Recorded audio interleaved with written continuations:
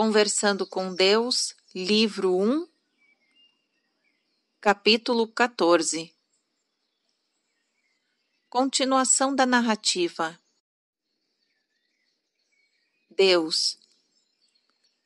Pronto, eu expliquei tudo para você. A vida, como funciona, sua razão e seu objetivo. Em que mais posso lhe ser útil? O autor. Não há nada mais que eu possa perguntar. Eu lhe agradeço muito por esse incrível diálogo. Foi muito esclarecedor e abrangente. E ao olhar para as minhas perguntas originais, vejo que respondemos as primeiras 5 relacionadas com a vida e os relacionamentos, o dinheiro, as carreiras e a saúde. Como sabe, eu tinha mais perguntas na lista original, mas de algum modo essas discussões as fizeram parecer irrelevantes. Deus. Sim, ainda assim, você as fez. Vamos responder rapidamente às que faltam. Uma a uma. Agora que estamos indo tão depressa com este material. O autor. Que material? Deus. O material que eu trouxe aqui para lhe mostrar. Agora que estamos indo tão depressa com este material, vamos responder rapidamente as perguntas que faltam. O autor. Número 6. Qual é a lição kármica que eu devo aprender aqui? O que estou tentando conhecer a fundo? Deus. Você não está aprendendo nada aqui. Não tem nada a aprender. Só tem de lembrar-se. Isto é, lembrar novamente de mim. O que você está tentando conhecer a fundo? Está tentando conhecer a fundo o próprio conhecimento. O autor. Número 7. A reencarnação existe? Quantas vidas passadas eu tive? Quem fui eu nelas? O débito kármico é uma realidade? Deus. É difícil acreditar que ainda há uma dúvida em relação a isso. Acho difícil imaginar. Tem havido tantos relatos de fontes confiáveis de experiências passadas. Algumas destas pessoas fizeram descrições muito detalhadas de eventos e apresentaram provas incontestáveis de que não haviam inventado tudo para enganar pesquisadores ou entes queridos. Você teve 647 vidas passadas, já que insiste em que eu seja exato. Essa é a de número 648. Você foi tudo nelas. Um rei, uma rainha, um servo, um professor, um aluno, um mestre, um homem, uma mulher, um guerreiro, um pacifista, um herói, um covarde, um matador, um salvador, um sábio, um idiota. Você foi tudo isso. Não existe o débito kármico. Não no sentido a que você se refere nessa pergunta. O débito é algo que deve ser ou deveria ser reparado. Você não é obrigado a fazer coisa alguma. Ainda assim, há certas coisas que deseja fazer, escolhe experimentar. E algumas destas escolhas dependem do que experimentou antes, do desejo provocado pelo que já experimentou. Isso é o mais próximo que as palavras podem chegar do que você chama de karma. Se o karma é o desejo inato de ser melhor, maior, evoluir, olhar para ocorrências e experiências passadas como um modo de avaliá-las, então sim, o karma existe. Mas não exige coisa alguma. Nada jamais é exigido. Você é, como sempre foi, um ser com livre-arbítrio. O autor. Número 8. Às vezes, eu me sinto muito sensível às forças psíquicas. A mediunidade existe? Eu sou médium? As pessoas que afirmam ser médiums estão fazendo um pacto com o demônio? Deus. Sim, a mediunidade existe. Você é um médium. Todas as pessoas são médiums. Não há uma só que não tenha o que você chama de habilidade psíquica. Há apenas quem não sabe usá-la. Usar a habilidade psíquica não é nada mais do que usar o sexto sentido. Obviamente, isso não é fazer um pacto com o demônio. Ou eu não lhe teria dado esse sentido. E é claro que não há um demônio com o qual fazer um pacto. Um dia, talvez, no livro 2, eu lhe explicarei exatamente como a energia e a habilidade psíquica funcionam. O autor. Haverá um livro 2? Deus. Sim, mas vamos terminar este primeiro. O autor. Número 9. É certo receber dinheiro para praticar o bem? Se eu escolher realizar um trabalho de cura no mundo, o trabalho de Deus, posso realizá-lo e também ficar em boa situação financeira? Ou as duas dádivas são incompatíveis? Deus. Eu já respondi a isso. O autor. Número 10. O sexo é permitido? Qual é a verdadeira história por trás desta experiência humana? O sexo é apenas para a procriação, como dizem algumas religiões? A santidade e a iluminação são conseguidas através da negação ou transmutação da energia sexual? É certo ter sexo sem amor? Apenas a sensação física é um motivo válido? Deus. É claro que o sexo é permitido. Mais uma vez, se eu não quisesse que você participasse de certos jogos, não teria lhe dado esses brinquedos. Você dá a seus filhos coisas que não quer que eles brinquem? Brinque com o sexo. É uma ótima diversão. A melhor que você pode ter com o seu corpo, se está se referindo a experiências estritamente físicas. Mas, por favor, não destrua a inocência sexual. O prazer, a pureza e a alegria da diversão, fazendo o mau uso do sexo. Não o use para ter poder ou com um objetivo oculto, para a gratificação do ego ou domínio, com qualquer outro objetivo além da alegria mais pura e do maior êxtase obtido e partilhado, que é o amor, e o amor recriado, que é a nova vida. Eu não escolhi um modo delicioso de criar mais de vocês? Quanto à negação, eu já tratei disso antes. Nada que é sagrado pode ser obtido através da negação.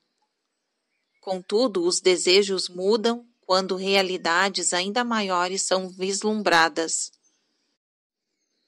Por isso, não é raro as pessoas desejarem menos, ou até mesmo nenhuma atividade sexual, ou nenhuma de várias atividades do corpo. Para algumas delas, as atividades da alma se tornam mais principais e muito mais agradáveis. O lema é: cada um que faça o que quiser sem julgamentos. O final da sua pergunta é respondido assim: você não precisa ter um motivo para coisa alguma, seja apenas a causa. Seja a causa da sua experiência. Lembre-se de que a experiência produz a ideia do eu, que produz a criação, que produz a experiência. Você quer experimentar-se como uma pessoa que tem sexo sem amor? Vá em frente. Fará isso até não querer mais. E a única coisa que o fará, que poderá fazê-lo parar com esse ou qualquer outro comportamento, é o seu novo pensamento que surge a respeito de quem é. É simples e complexo assim. O autor. Número 11. Por que o Senhor tornou o sexo uma experiência humana tão boa, surpreendente e intensa, se todos nós devemos evitá-la ao máximo possível? Eu não compreendo. E por que todas as coisas boas são imorais, ilegais ou engordam?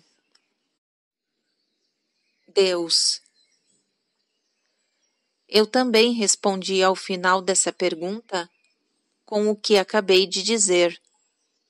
Todas as coisas boas não são imorais, ilegais ou engordam. Contudo, sua vida é um exercício interessante de definir o que é bom.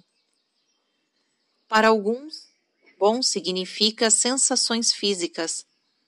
Para outros, pode ser algo totalmente diferente.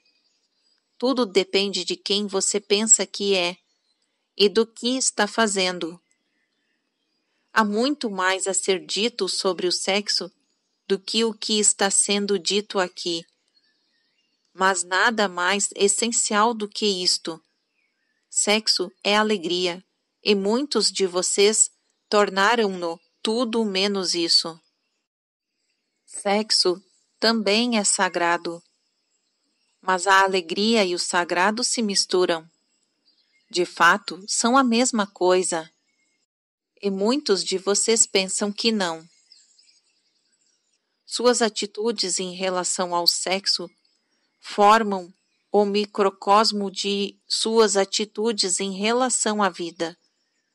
A vida deveria ser uma alegria, uma colaboração, e tornou-se uma experiência de medo, ansiedade, insuficiência, inveja, raiva e tragédia. O mesmo pode ser dito em relação ao sexo.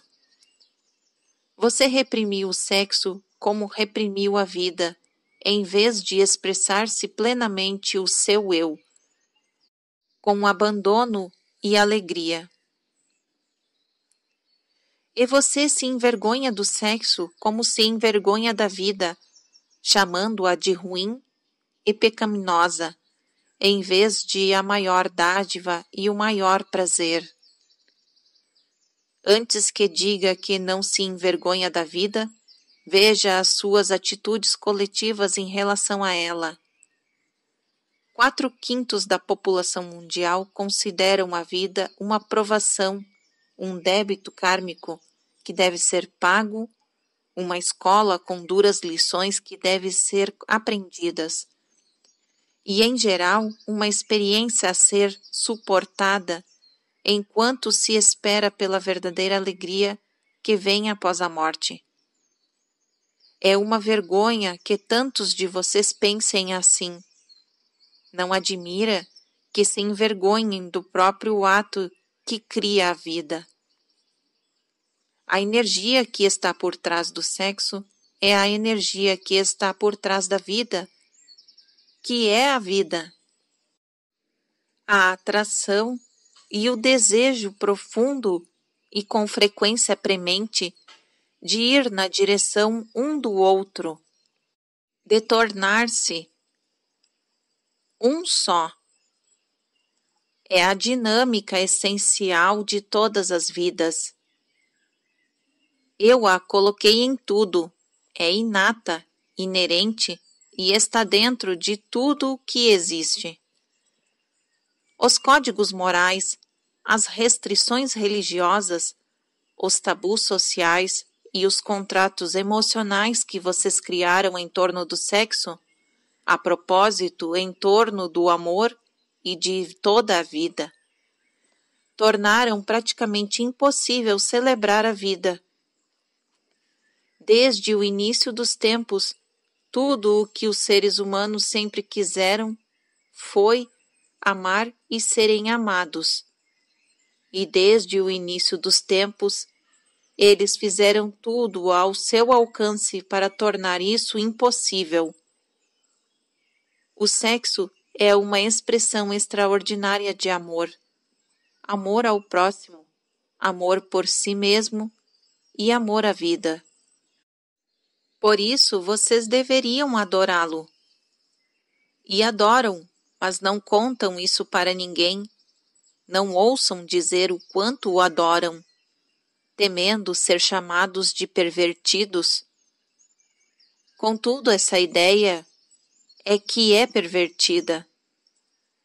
Em nosso próximo livro, examinaremos melhor o sexo, analisaremos mais detalhadamente a sua dinâmica, porque essa é uma experiência e uma questão que tem muitas implicações em uma escala global. Por enquanto, e no que diz respeito a você, pessoalmente, apenas saiba disto. Nada que eu lhe dei é vergonhoso, muito menos o seu corpo e as suas funções. Não há necessidades de esconder o seu corpo e as suas funções, ou o amor que sente por seu corpo ou por alguém. Seus programas de televisão não se importam de mostrar a violência explícita, mas se recusam a mostrar o amor explícito. Toda a sua sociedade reflete essa prioridade. O autor. Número 12. A vida em outros planetas? Temos sido visitados por esses seres? Estamos sendo observados agora? Enquanto vivermos, teremos provas definitivas e incontestáveis da vida extraterrestre? Cada forma de vida tem o seu próprio Deus? O Senhor é o Deus de tudo? Deus. Sim para a primeira, a segunda e a terceira partes. Não posso responder à quarta, já que isso exigiria que eu previsse o futuro, algo que não vou fazer. Contudo, falaremos muito mais sobre o que é chamado de futuro no livro 2, e sobre a vida extraterrestre e as naturezas de Deus no livro 3. O autor. Nossa, haverá um livro 3? Deus. Deixe-me descrever em linhas gerais o plano aqui. O livro 1 contém verdades básicas e conhecimentos elementares e trata de questões pessoais e temas fundamentais. O livro 2 conterá verdades mais abrangentes e conhecimentos mais amplos, e tratará de questões e temas globais. O livro 3 conterá as verdades maiores que agora você é capaz de compreender e tratará de questões e temas universais que tem relação com todos os seres do universo. Como você demorou 1 ano para terminar este livro, terá 2 anos para terminar os outros 2. O autor: eu entendo. Isso é uma ordem? Deus: não. Se é capaz de fazer essa pergunta, não compreendeu verdade alguma neste livro. Você escolheu fazer esse trabalho e foi escolhido. O círculo está completo. Você compreende? O autor: sim. Ok, então, número 13. A utopia algum dia será possível no planeta Terra? Deus mostrará a si mesmo às pessoas da Terra como prometeu? Haverá uma segunda vinda? Haverá um fim do mundo? Ou um apocalipse, como foi profetizado na Bíblia? Há uma única religião verdadeira? Se houver, qual é? Deus. Isso por si só daria para escrever um livro, e em grande parte estará contido no volume 3. Eu limitei este primeiro volume a questões mais pessoais e temas mais práticos. Tratarei de questões mais amplas e temas com implicações globais e universais nos livros que virão depois. O autor: isso é tudo por agora? Não vamos conversar mais? Deus: já está sentindo a minha falta? O autor: sim, foi divertido. Vamos parar agora? Deus: você precisa descansar. E todos os seus leitores precisam descansar também. Há muito aqui para ser assimilado e ponderado. Tire um tempo de folga, reflita sobre isso. Não se sinta abandonado. Eu estou sempre com você. Se tiver perguntas relacionadas com o cotidiano, como sei que ainda tem e continuará a ter, saiba que pode me chamar para respondê-las.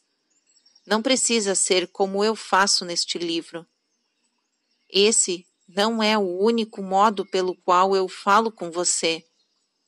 Ouça-me, na verdade, em sua alma, nos sentimentos do seu coração, no silêncio de sua mente.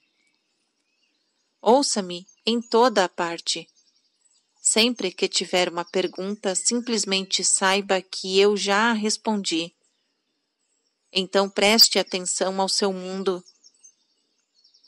Minhas respostas podem estar em um artigo que já foi publicado, no sermão que já foi escrito e está prestes a ser dado, no filme que está sendo feito, na canção composta ontem, nas palavras ditas por um ente querido, no coração de uma pessoa com quem fará amizade.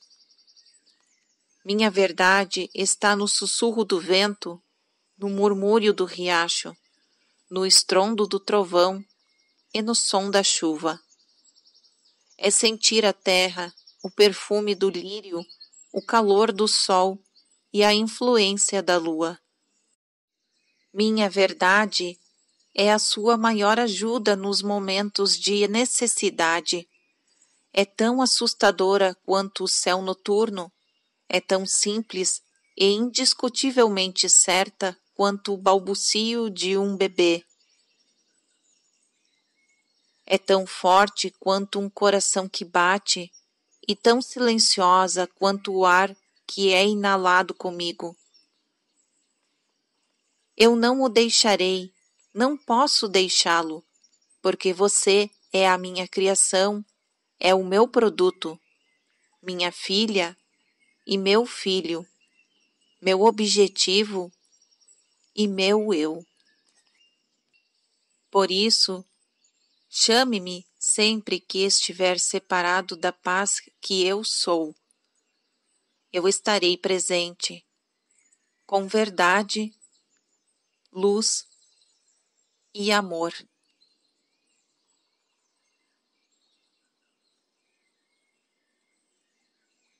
Fim do capítulo 14 e fim do livro.